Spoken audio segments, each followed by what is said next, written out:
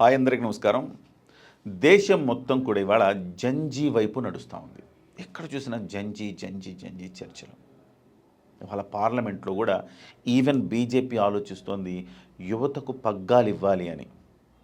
తేజస్వి లాంటి వాళ్లకు పార్లమెంట్లో వాళ్ళకి కేవలం ఎంపీగా కాదు ఒక మంత్రిగా బాధ్యతలు ఇవ్వాలని బీజేపీలో చర్చ మొదలైంది.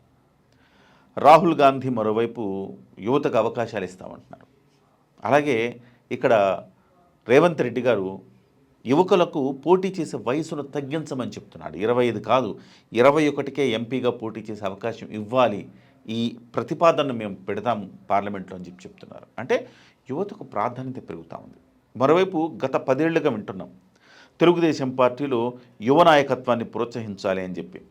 యువ నాయకత్వం అంటే వాళ్ళ తండ్రి ఎంపీగానో మంత్రిగానో లేకపోతే ఎమ్మెల్యేగానో పనిచేస్తే వాళ్ళ కొడుకు ఇవ్వడం యువ నాయకత్వాన్ని ప్రోత్సహించడం అవ్వదు. కొత్తగా వస్తున్న యూత్ని ప్రోత్సహిస్తేనే అది యువ నాయకత్వం.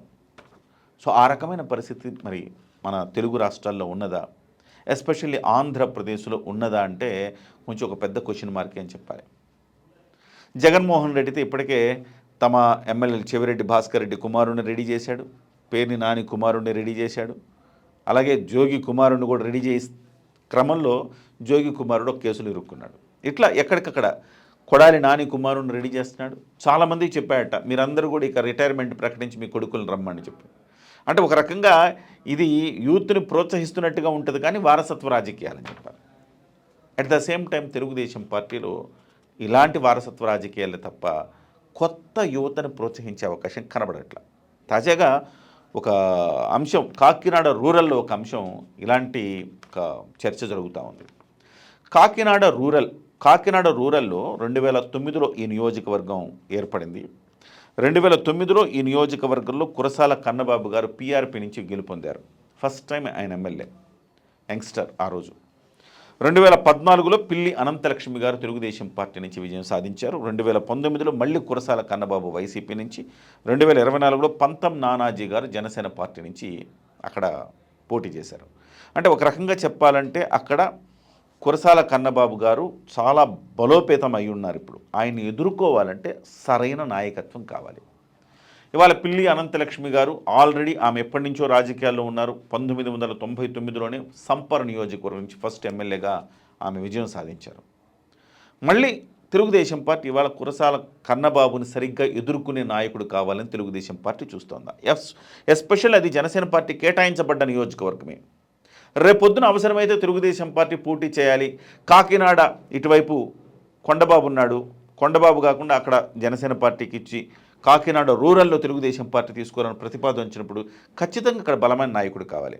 పంతవ నానాజీ ఇటు తిరిగాడు అనుకోండి కాకినాడకి, సో ఆ ప్లేస్లో ఒక తెలుగుదేశం పార్టీ నాయకుడు కావాలి కదా. సో అలాంటప్పుడు యువతకు అవకాశాలు ఇవ్వాలని ఆ నియోజకవర్గంలో ఉండే యువత ప్రధానంగా కోరుకుంటా ఉన్నారు. కానీ తెలుగుదేశం పార్టీ మాత్రం వయసు మళ్ళినా వయసుడిగినా చంద్రశేఖర్ రెడ్డి గారికి తొత్తుగా మారిన ఈ పిల్లి కుటుంబానికే ఇవ్వాలని చూస్తున్నట్టుగా వార్తలు వస్తూ ఉన్నాయి. ఇక్కడ కటకంశెట్టి ప్రభాకర్ అనే వ్యక్తి కురసాల కన్నబాబుకు ఎదురొడ్డి పోరాడిన వ్యక్తి. 2019 నుంచి 24 వరకు అసలు తెలుగుదేశం పార్టీ వాళ్ళు బయటకు రాలేని స్థితిలో ఈ పిల్లి కుటుంబం కూడా బయటికి రాలేని పరిస్థితుల్లో చివరికి ద్వారంపూడి చంద్రశేఖర్ రెడ్డి గారికి తొత్తులుగా మారిపోయిన పరిస్థితుల్లో తెలుగుదేశం పార్టీకి ఊపిరిగా నిలబడ్డ వ్యక్తి కటకంశెట్టి ప్రభాకర్. ఆ కటకంశెట్టి ప్రభాకర్ని ఇవాళ తప్పించి మళ్ళీ పిల్లి కుటుంబమే రాజీనామా చేస్తామని తెలుగుదేశం పార్టీకి అని చెప్పి బ్లాక్మెయిల్ రాజకీయాలకు పాల్పడుతూ ఉన్నారు. సో ఇవాళ అక్కడంతా యూత్ కోరుతోంది ఏంటంటే తెలుగుదేశం పార్టీకి కూడా ఒక యువ నాయకుడిని ఇవ్వండి. కటకంశెట్టి ప్రభాకర్ లాంటి చదువుకున్నాడు, ఎంసీఏ చదివాడు, అనేక సేవా కార్యక్రమాలు చేస్తున్నాడు, చాలామంది పిల్లలకు ఉచితంగా ఆయన విద్య అందించే ఒక ప్రయత్నం చేస్తూ ఉన్నాడు. అలాగే అన్న క్యాంటీన్లు మీరు ప్రతిపక్షంలో ఎలాంటి సిచ్యువేషన్ చూసాం. ఇది తెలుగుదేశం కూటమి ప్రభుత్వం కాబట్టి సరిపోయింది, ప్రతిపక్ష నాయకులు యథేచ్ఛగా తిరగగలుగుతున్నారు, ఏది ఎవడితే అది వాగగలుగుతున్నారు. కానీ వైఎస్ఆర్ గవర్నమెంట్లో జగన్మోహన్ రెడ్డి గారి గవర్నమెంట్లో 2019 నుంచి 24 వరకు అసలు తెలుగుదేశం పార్టీ వాళ్ళు కలుగుల్లో దాక్కున్నారు. ఆ స్థితిలో కూడా బయటకు వచ్చి అన్నా క్యాంటీన్ లాంటివి నిర్వహించి ఒక గొప్ప పేరు తెచ్చుకొని లోకేష్ గారి పాదయాత్రకు అంతా తానే చేశాడు కటకంశెట్టి ప్రభాకర్. కానీ బ్లాక్మెయిల్ రాజకీయాలకు తలొగ్గి మళ్ళీ పిల్లి కుటుంబానికి, పిల్లి అనంతలక్ష్మి సత్యబాబు గారి దంపతులకే మళ్ళీ తెలుగుదేశం పార్టీ ఇన్ఛార్జి పగ్గాలు ఇస్తారు అని చెప్తున్నారు. కానీ కటకంశెట్టి ప్రభాకర్ ఇవాళ పంతం నానాజీ గారు గెలవటంలో చాలా కీలక పాత్ర పోషించాడు. అలాంటి వ్యక్తులకి కానీ ఒకవేళ కనుక పిల్లి కుటుంబానికి ఇస్తే ద్వారంపూడి చంద్రశేఖర్ రెడ్డి చెప్పు చేతల్లో పనిచేసే అవకాశం స్పష్టంగా కనపడుతోంది. దానికి తాజా ఉదాహరణ కూడా ఒక వీడియో మీకు చూపిస్తా. కొన్ని పత్రికలు కూడా వార్తలు చదివాను, చంద్రశేఖర్ రెడ్డి గారితో మీరు మంత్రాలు జరుపుతున్నారు అని చెప్పేసి. ఇది నిజమేనా? ఏమండి, రాజకీయంలో ఎదిగోడి మీద రాళ్ళు వేస్తారు, చెట్టుకి పళ్ళు ఉన్నదానికి కాయలు ఉన్నదానికే రాయేస్తారని ఎవడు పాపులారిటీ ఉన్నాడో నాయకుడి మీద ఏదో బుర్ర చల్లాలా. చంద్రశేఖర్ రెడ్డి గారికి నేనేం ఫ్రెండ్ అని కాదండి, ఆయన ఎమ్మెల్యే చేశాడు, మేము ప్రతిపక్షంలో ఉన్నాం. మీ ప్రతిపక్షంలో ఉన్నప్పుడు నా కుటుంబ అవసరాలు కొన్ని వచ్చాయి. నాకు వచ్చినప్పుడు లోకల్ ఎమ్మెల్యే అతనికి ఉన్న లోకల్ ఎమ్మెల్యే, అతను వైఎస్ఆర్ కాంగ్రెస్ లో నెంబర్ 1 జిల్లా సీఎం అని అప్పట్లో. మీరు అది మేము అనకూడదు, ఆయన ఉన్న వ్యక్తి కాబట్టి అప్పట్లో ఏదో నేను ఉపయోగించుకున్నప్పుడు అది స్నేహం కింద ఓ మాట వెళ్తే స్నేహం కింద భావించి అది ఇదేలాగా ఉంటే నేను మొన్న నానాజీకి చేయను కదా. నేను నాకు ఎలక్షన్లో జగన్ గారు తాలూకు మనుషులు ఎక్కడే కూర్చున్నారు విదేశీ చారిస్ మీద వచ్చి సంథింగ్ ఇన్ఫ్లుయెన్స్డ్.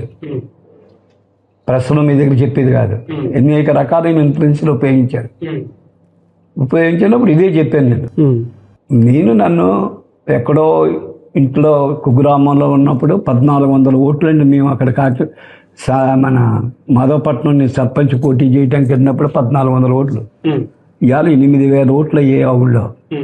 అటువంటి ఊళ్ళో చిన్న గ్రామంలోంచి వచ్చినప్పుడు నాకు రాష్ట్ర స్థాయిలో ఒక నాయకుడి కింద గుర్తింపు తెచ్చే విధంగా ఐడెంటిఫికేషన్ ఇచ్చారు. దాన్ని మీ ఇద్దరం నిలబెట్టుకున్నాం. అవునండి, కాపాడుకున్నాం. ఆ గౌరవాన్ని కాపాడాలి మనకు వచ్చిందని. అందుచేత ఏరియా పార్టీకి వెళ్తే మనకు ఉండదు అన్న ఉద్దేశం మీద ఉన్నాం తప్ప ఎప్పుడు కూడా ఆయన రెడ్డి గారు మాకు ఫ్రెండ్ అంటే రెడ్డి గారు బాగా క్లోజ్. ఎక్కడికన్నా ఇవాళ కూడా ఆప్యాయతగా పలకడంతాడు. ఆయాల మేము అధికారంలో ఉన్నప్పుడు నా కుటుంబ పరంగా కొన్ని ఇబ్బందులు వచ్చినప్పుడు వెళ్ళాము, చేసి పెట్టాడు ఆయన. ఆ వీడియోలో ఆయన చెప్తుంటాడు. సో ఆయన అసలుకు తూర్పుగోదావరి జిల్లా ముఖ్యమంత్రి అంట ద్వారంపూడి చంద్రశేఖర్ రెడ్డి. అలాగే ఆయన నంబర్ 1 నాయకుడు అంట వైఎస్ఆర్సీపీకి. ఆయన తలుచుకుంటే ఏదైనా జరుగుద్దట. ప్రతిపక్షంలో ఉన్నప్పుడు ఆయనకు అవసరాలు వచ్చినప్పుడు ఆయన దగ్గరికి వెళ్ళి మోకరిల్లితే ఆయన సాయం చేశాడట. కాబట్టి ఆయనకి స్నేహపూర్వకంగా ఉండడంలో తప్పేంటి అంటున్నాడు. మరి అలాంటి నాయకుడికి తొత్తుగా మారిన వ్యక్తుల్ని ఇవాళ తెలుగుదేశం పార్టీకి ఇన్ఛార్జిగా పెడితే రేపు జనసేన పార్టీకి కూడా కోవర్ట్ ఆపరేషన్స్ చేయరని నమ్మకం ఏంటి? కాబట్టి తెలుగుదేశం పార్టీ ఆలోచించాల్సిన అవసరం ఉంది. సో ఎంసీఏ చదువుకొని విద్యాధికుడైన యంగ్స్టర్ కటకంశెట్టి ప్రభాకర్నే కాకుండా మీరు మళ్ళీ వయసు ఉడిగిపోయిన చంద్రశేఖర్ రెడ్డి తొత్తుగా మారిన వాళ్ళకి మీరు ఆ పదవిని ఇస్తారా? ఇన్ఛార్జి పదవిని ఇస్తారా? లేకపోతే కూటమితో కలుపుగోలుగా ఒక్కటిగా నడిచి నిలబడి కలబడి గెలిపించిన కటకంశెట్టి ప్రభాకర్ లాంటి వాళ్ళకి ఇస్తారా? ఇది కేవలం తెలుగుదేశం పార్టీకే కాదండి, ఇక్కడ జనసేన పార్టీ కూడా చాలా ముఖ్యం.